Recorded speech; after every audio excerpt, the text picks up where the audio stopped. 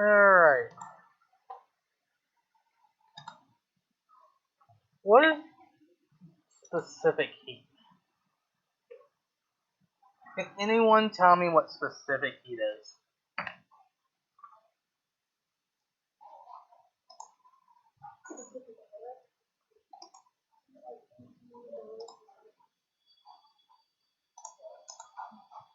That's correct. Let's see if I can find.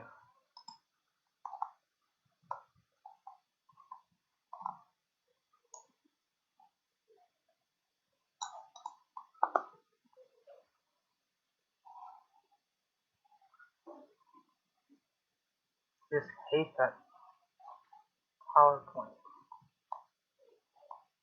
Like, extremely bad. Let me just look up the number definition and I'll write it. Specific heat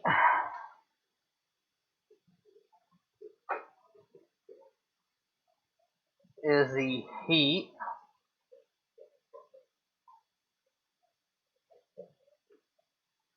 required to raise the temperature of unit mass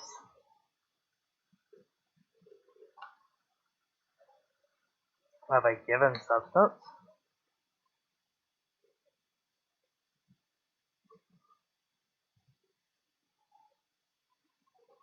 by a given amount, usually 1 degree Celsius.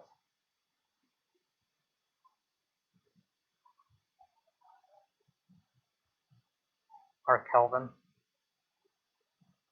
1 Kelvin, or 1 Kelvin or 1 degree Celsius.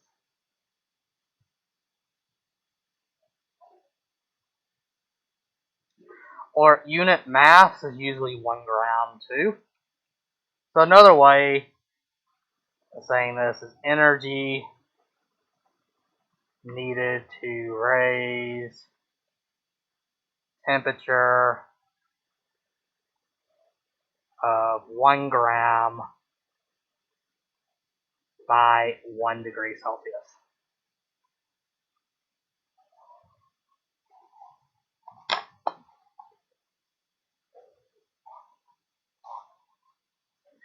What are the units for specific heat?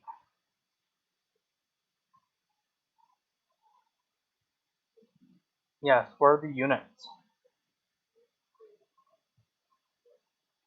Joules per gram degrees Celsius or joules per gram Kelvin. If we're talking about change in temperature, there's no difference between Celsius and Kelvin. And this is a change in temperature. Joules per grams times degrees Celsius.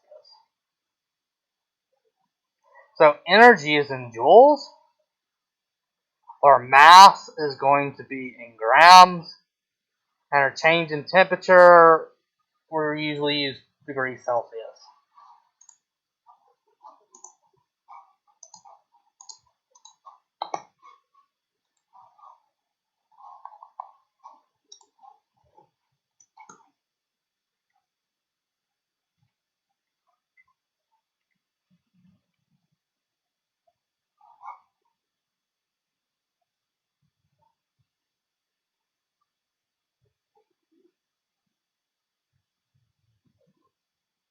What is heat diffusion?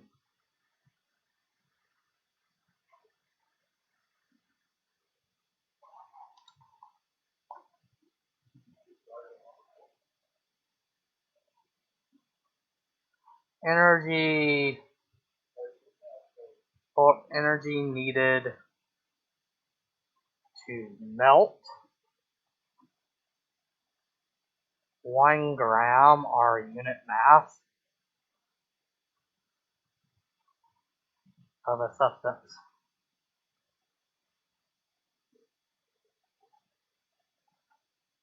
What's its units?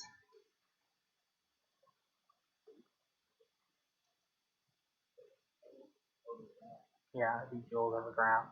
Is also the energy released.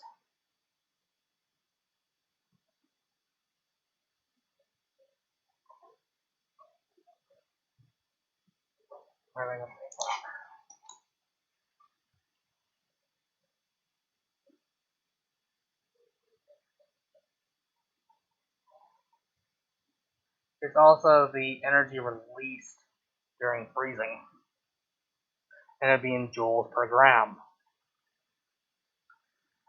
So it's basically how much energy per every 1 gram needed.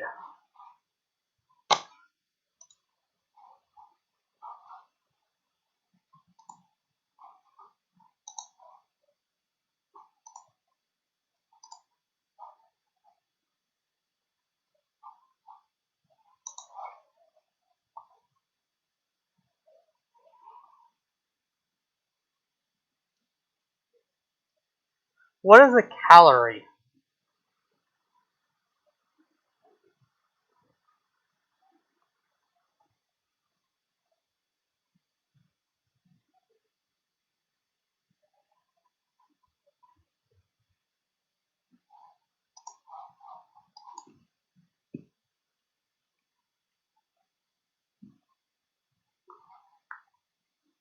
So what is a calorie? Put your mask on properly. Yeah. I specified it. Mm-hmm. Let's skip this question for right now.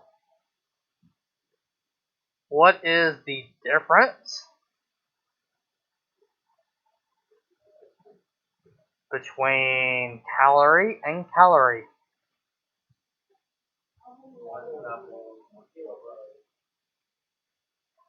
This is food. This is scientific.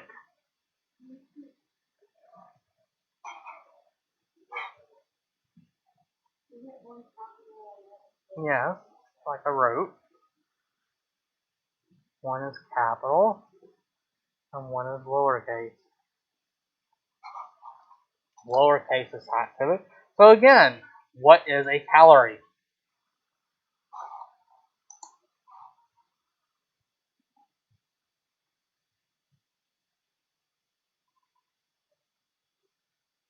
A calorie is the energy needed to raise the temperature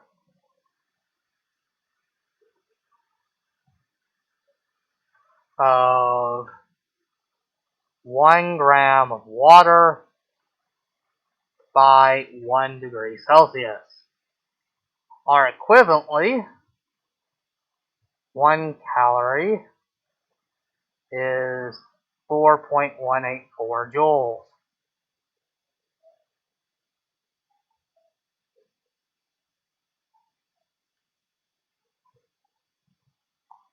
Technically, let's see, I think the definition has changed.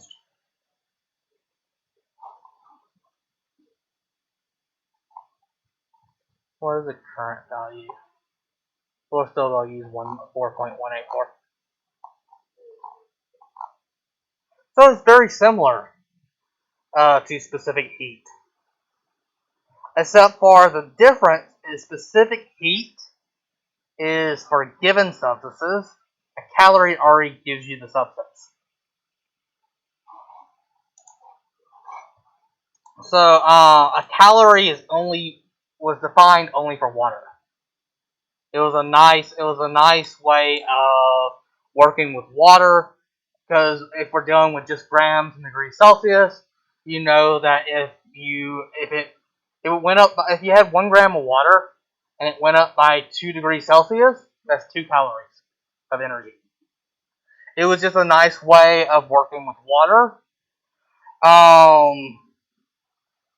But a calorie is a form of energy.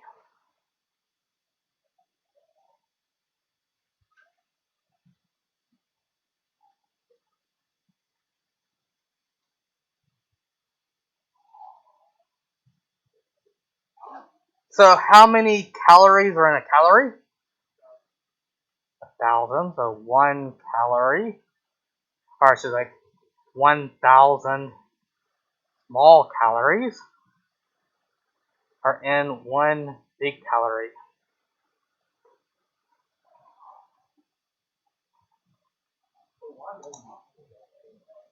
Again, they think consumers are idiots. Yes,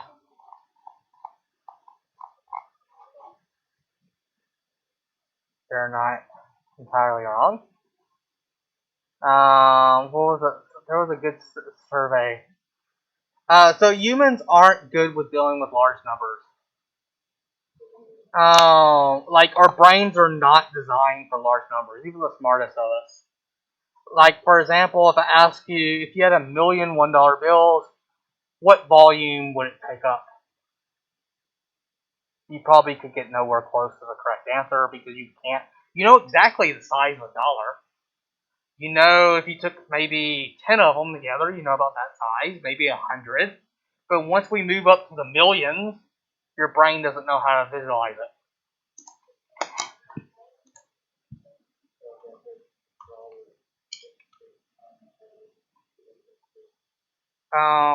Well, you wouldn't be able to relate too well.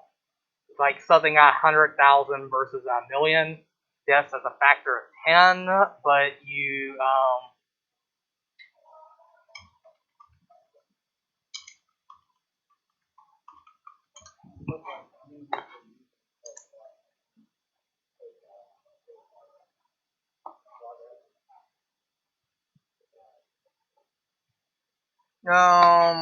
yeah, I don't know why they didn't do that. They should have did kilocalories. There's a good joke. Some news reporter, there was a pothole, or not a pothole, a sinkhole in the highway, and the news reporter went, it's about 15 to 16 dishwashers across, and it's passed around Europe a lot. Americans, they'll use anything to measure distance except for the metric.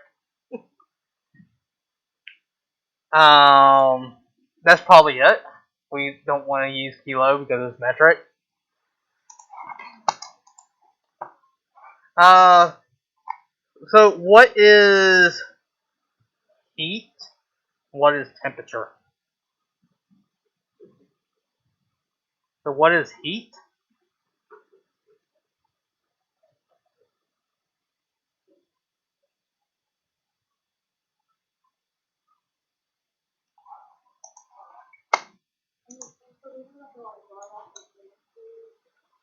Yeah, in your own words.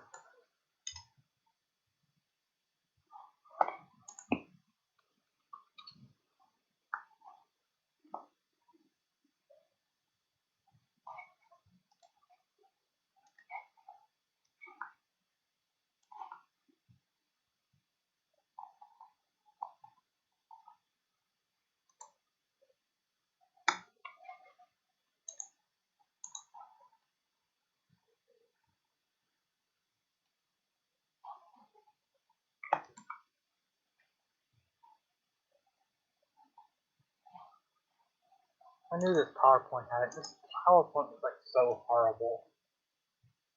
Heat capacity, energy required to raise the temperature of 1 gram of Celsius by 1 degree Celsius. Heat is the total energy. So is the total energy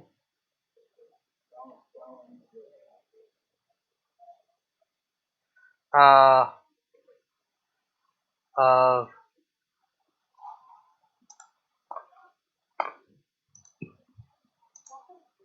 yes.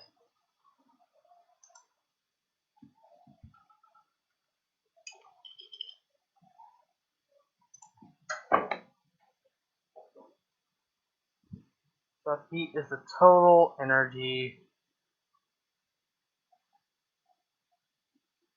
It can also be defined as the amount of energy transferred.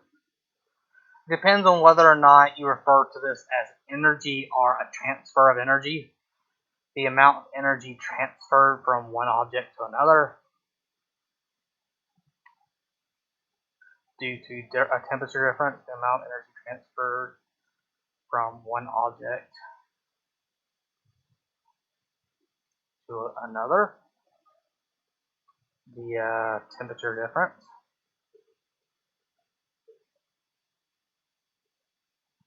So the total energy, which would be the kinetic energy plus potential energy of internal particles.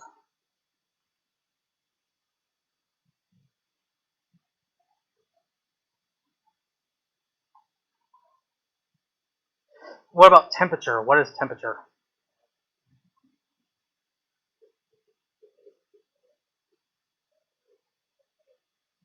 So temperature is average kinetic energy of internal particles.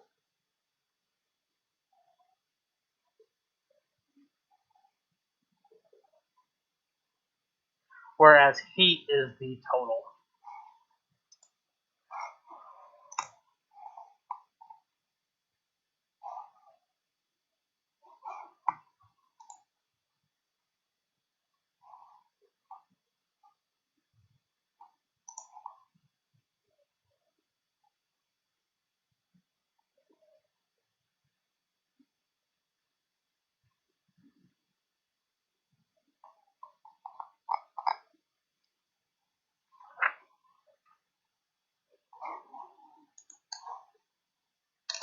What would happen if you reach into a hot oven that's at 400 degrees Fahrenheit and touch a thin piece of aluminum?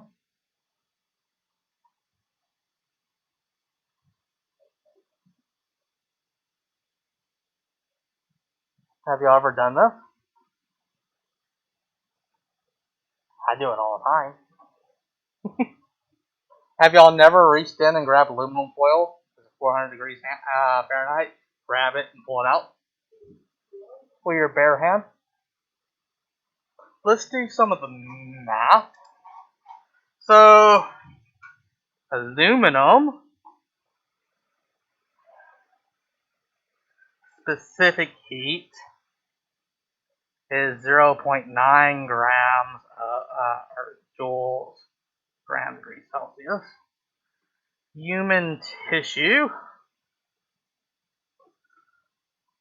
specific heat is 3.5 joules per gram degrees Celsius on average. We're mostly water, so we're kind of close to the specific heat of water. And suppose we had, let's look up 400 degrees Celsius. So 400 Fahrenheit to Celsius. That's 200 degrees. So suppose we had 50 grams of aluminum at 200 degrees Celsius. And how much would you say an average hand weighs? So 2 pounds to grams. That's 900 grams. Let's just say that our hand weighed 250 grams. So that's a half a pound hand. Unrealistic, but I'm making it extreme to illustrate the point. And our body temperature is 98.6, so that is 37. So 250 hand at 37 degrees Celsius, which is 98.6 degrees Fahrenheit, and that is 400 degrees Fahrenheit. Let's see what temperature our hand will raise to. So we have aluminum, and we have our hand. So Q lost, negative, so our hand, aluminum is going to lose some heat. Our hand is going to gain some heat. So aluminum, that'd be the mass of aluminum times TF minus initial temperature. So the initial temperature of aluminum and times the specific heat of the aluminum. That equal mass of hand times TF minus initial temperature of hand times the CP of hand. So solving, I'll have to go ahead and put numbers in. That'd be minus 50 times TF minus initial temperature is 200 times CP of 0.9 for aluminum. Mass of your hand is 250. TF is minus 98 or 37. And CP of your hand is 3.5.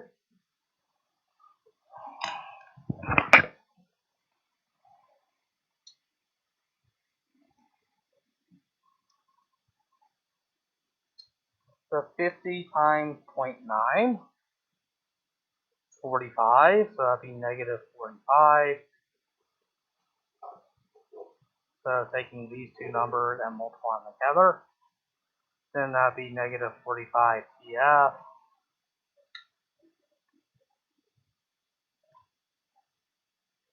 plus 9,000.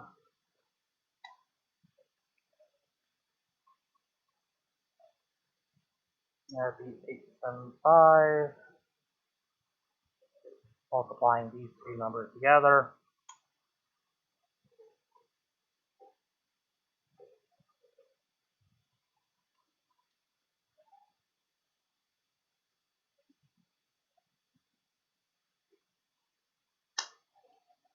Now combining like terms, I'm going to add this over here. So I'm going to add 45 TF, just remove it from this side. And then I'm going to add, this is being subtracted over here, 32,375.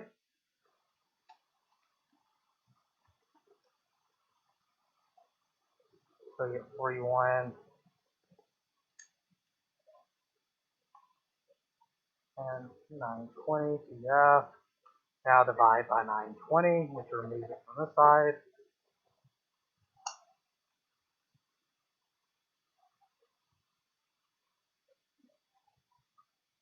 (44.9728 degrees Celsius is final temperature.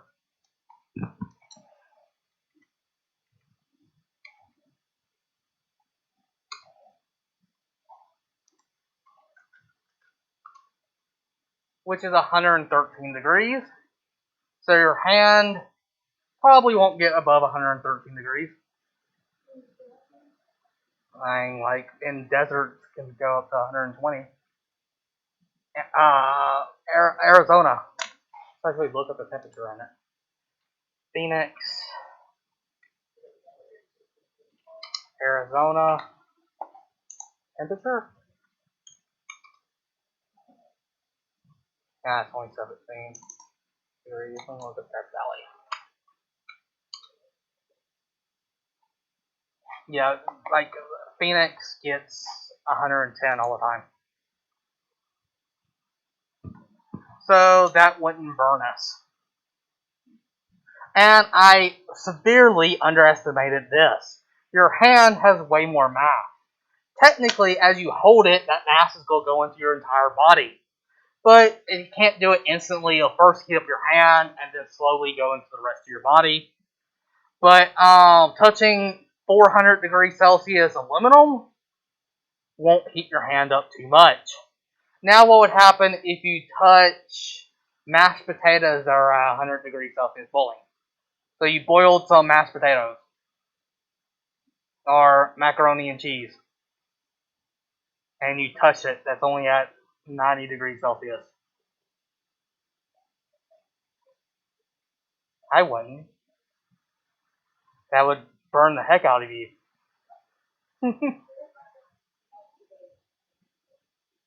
You have to wait for it to cool off or blow on it and let it cool off. But why can you touch? So if you pull something out of the oven, if you pulled your food out of the oven and you put on a metal tray, a bacon tray, how long does it take for the bacon tray to cool off? It's made out of metal. Probably less than that. Hang it. I've timed it. 30 seconds to a minute is usually safe. I don't even, like, as soon as I put it on the table, I trust it after a minute. I go over there and touch it all the time. I don't really care about burning myself because after 30 seconds to a minute, I know metal is going to cool off super fast. Metal has a low specific heat. So iron, which is a lot, so it's either made out of aluminum or iron. Iron is 0.452, so iron is even better. Aluminum is not as good at conducting heat away, but I know that it's relatively safe. But if I'm cooking something that has a lot of water in it, water has 4.182 joules per gram degree Celsius. If I boil or if I make like lasagna or something that has a high amount of water in it with a lot of specific heat, I know that I'm probably going to end up waiting 10 or 20 minutes before that thing cools off, before I could even eat it. However, the pan that it was sitting on, as long as I don't keep the dish on it, I know that will be cooled off in probably a minute. So something with a very high specific heat can be somewhere between 10 to 20 minutes before it cools off. And this is just at the highest temperature water can get to is 100 degrees. Technically though, it's not pure water unless you're boiling water. And the pan can get up to 200 degrees Celsius. Even then, it cools off really fast.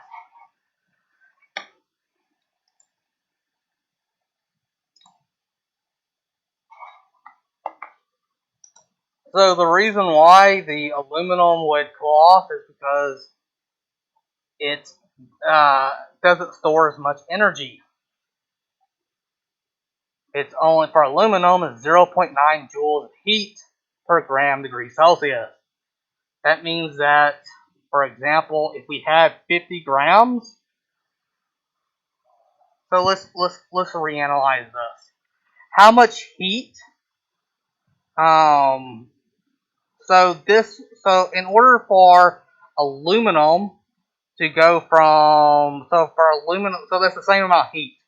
The same amount of heat was stored in aluminum to make it go from 200 degrees Celsius down to 45 degrees Celsius. That was the same amount of heat required to make your hand go from 37 degrees Celsius to 45 degrees Celsius. So a change in 12 degrees Celsius versus a change in 155 for the aluminum.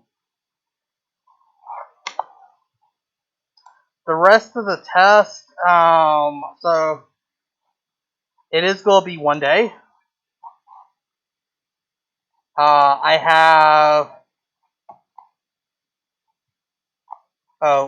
first, before I'm getting ahead of myself.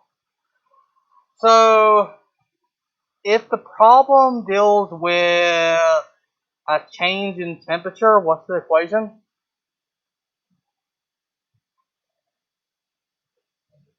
Yeah, just the change in temperature.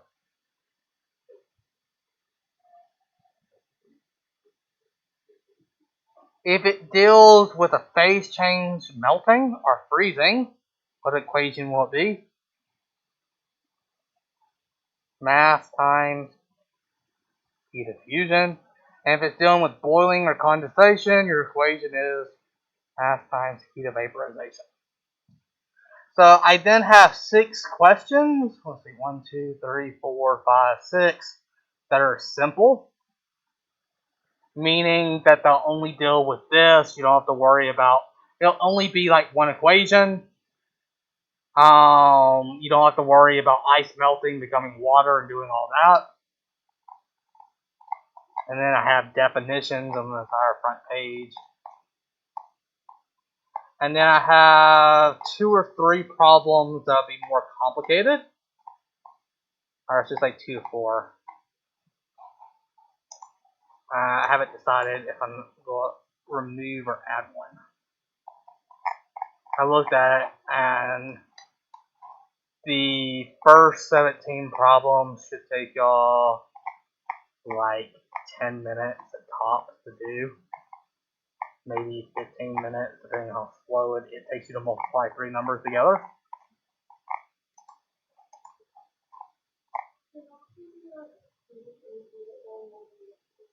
I have a video on it.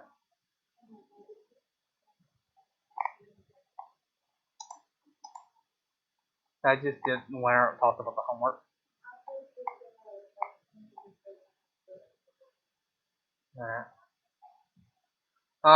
So know how to solve for like change in temperature, mass, heat, or heat.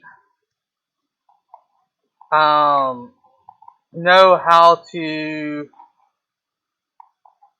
find the final temperature once 2 things are mixed. Or I should say, be able to solve for a random variable using algebra.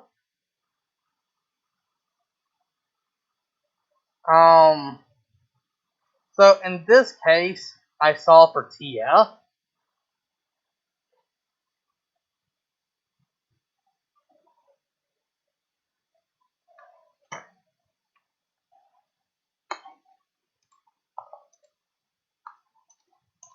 So what would I do if I wanted to solve for initial temperature? So suppose mass of aluminum was 50 grams. And the mass of hand was 250 grams. The initial temperature of the hand was 37 degrees Celsius, and the final temperature was 45 degrees Celsius. And I ask you, what was the initial temperature of the aluminum? So here's our total equation set up. Minus aluminum's mass, TF minus T aluminum, CP of aluminum is equal to mass and we do the exact same thing except for we're solving for this variable instead of TFs. This is actually easier because we only have one initial temperature for aluminum. Temperature isn't on both sides, so it means that we can go ahead and solve the right side. The right side would be 250 times 45 minus 37 times 3.5. You can go ahead and another mistake I saw is people tried to FOIL this and tried to do 250 times 45, 250 times negative 37. Just type that whole thing in the calculator. Oh, one person attempt to do that. Just type 250 times 45 minus 37 into the calculator, and it'll tell you this whole thing is 7,000. So on this side, we have negative 50 times TF minus what TF was. 45 minus initial temperature times 0.9. Doing the same thing as last time. 50 times 0.9 is 45.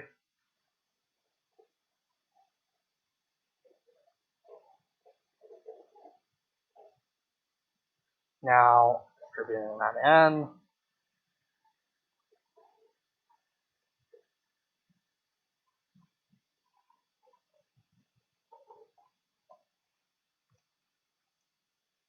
We only have one unknown here, so we just move that to this side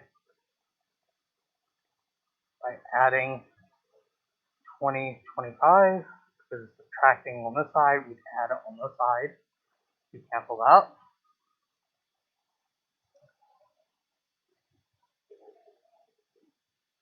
And then divide by 45.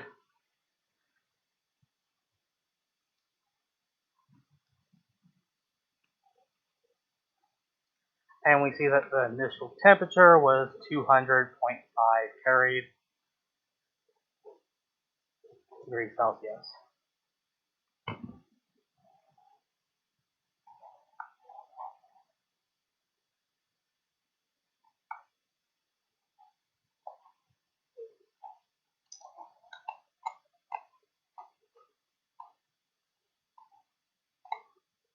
I have one question like this to ask you to solve the initial temperature.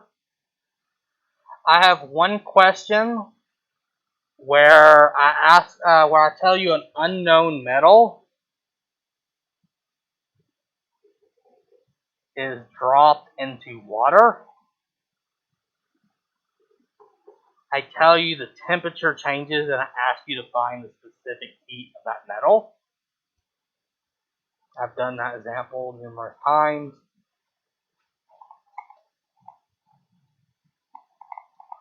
I will probably add in a gallium problem where gallium, what's the freezing point of gallium? Or melting point?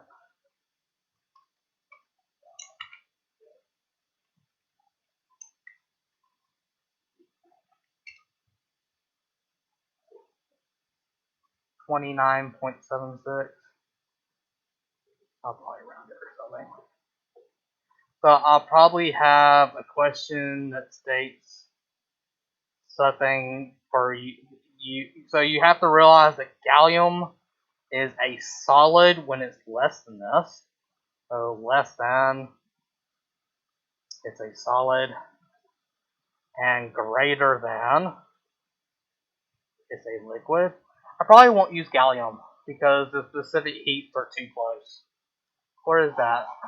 The specific heat was like just one number off. Which means if you completely ignored the fact you got an answer that was really, really close anyway. Besides the heat of fusion. But my point is, I might use ice or water. Have some question where it says you heat up. Maybe I'll use iron. So what temperature does iron melt?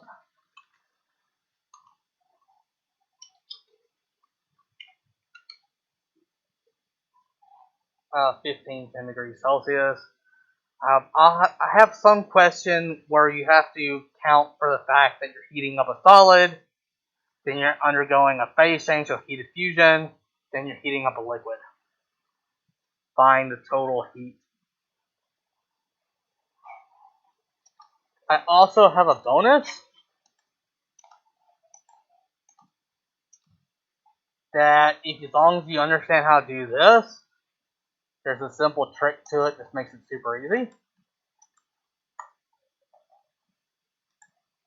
But that'll be the test. Any questions?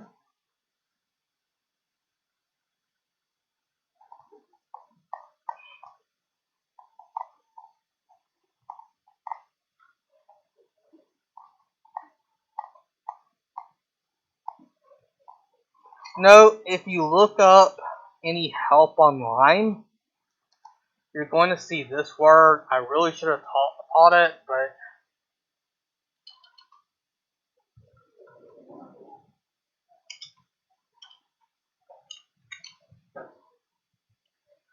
enthalpy. This is not on the test, but just to introduce it, is enthalpy. Enthalpy is represented with an H. It is equal to the internal energy plus pressure times volume. This is the internal energy. Again, this is on a test, but if you see any help, it's going to use the word enthalpy a lot. So this is the internal energy. This is pressure times volume.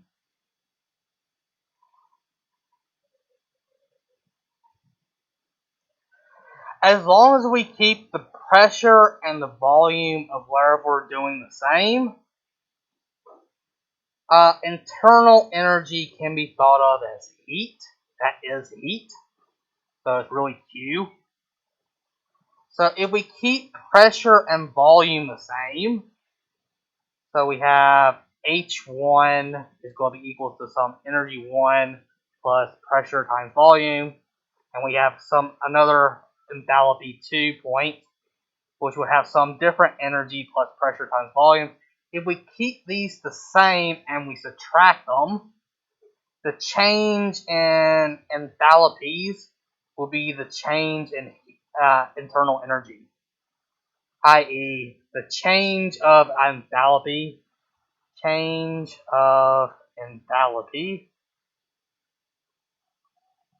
is the same thing as heat transferred. So if you ever look up help, more than likely it's going to ask you or say, what is the change in enthalpy of a system when ice melts? That is asking how much heat was transferred to the ice.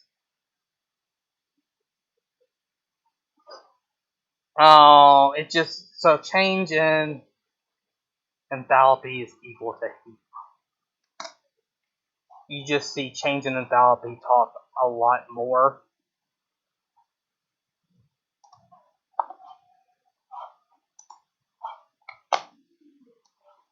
Yeah. Here's another definition. So enthalpy is the total kinetic. Yeah. So change in enthalpy is a change in heat. Enthalpy includes the pressure and volume terms to it. A change removes that.